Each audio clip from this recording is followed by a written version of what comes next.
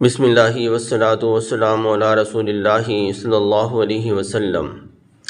حالت سفر میں شرعی سفر ہو، یعنی 77 کلومیٹر یا 78 کلومیٹر کا سفر آپ نے طے کیا یا اتنی کا ارادہ تھا آپ کا جانے کا، تو وہ آپ شرعی مسافر کہلائیں گے۔ تو اس دوران آپ قصر نماز پڑھیں گے، یعنی کہ فرض آپ نے دو پڑھنے ہیں، آدھے پڑھنے ہیں، ظہر، عصر اور عشاء کے 4 فرائض کی جگہ آپ نے 2 پڑھنے ہیں۔ اگر آپ خود نماز پڑھیں گے، جماعت سے پڑھیں گے تو مکمل نماز پڑھیں گے۔ عصر کی، مغرب کی اور صبح کے 2 فرض، مغرب کے 3 فرض وہ آپ نے چاہے خود نماز پڑھیں چاہے جماعت کے ساتھ پڑھیں، وہ مکمل پڑھنے ہیں۔ اور عشاء کے 2 فرض اور 3 وتر واجب ہیں، وہ آپ نے پڑھنے ہیں۔ تو اگر مسافر جماعت کے ساتھ نماز پڑھے تو اس کی 2 صورتیں ہیں۔ اگر امام مقیم ہے تو پھر آپ نے جماعت کے ساتھ نماز پڑھنی ہے، تو پوری نماز پڑھنی ہے، 4 فرض پوری پڑھنے ہیں۔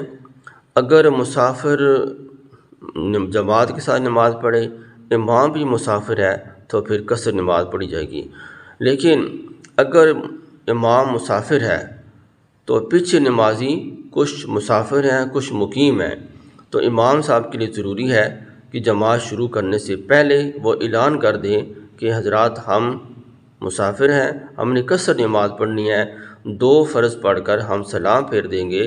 باقی جو مقیم نمازی مقتدی جماعت کے ساتھ شامل ہوئی ہیں تو ان کے لیے ضروری ہے کہ وہ عبد الرسول تک پڑھ کر خاموش ہو جائیں۔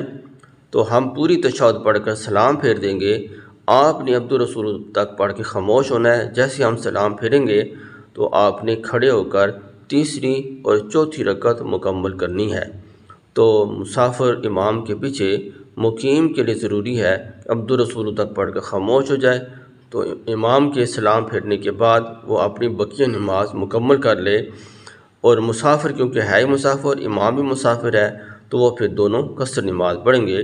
دعا کہ اللہ تعالیٰ مجھے بھی اور آپ کو بھی سمجھ اور عمل کی توفیق عطا فرمائے۔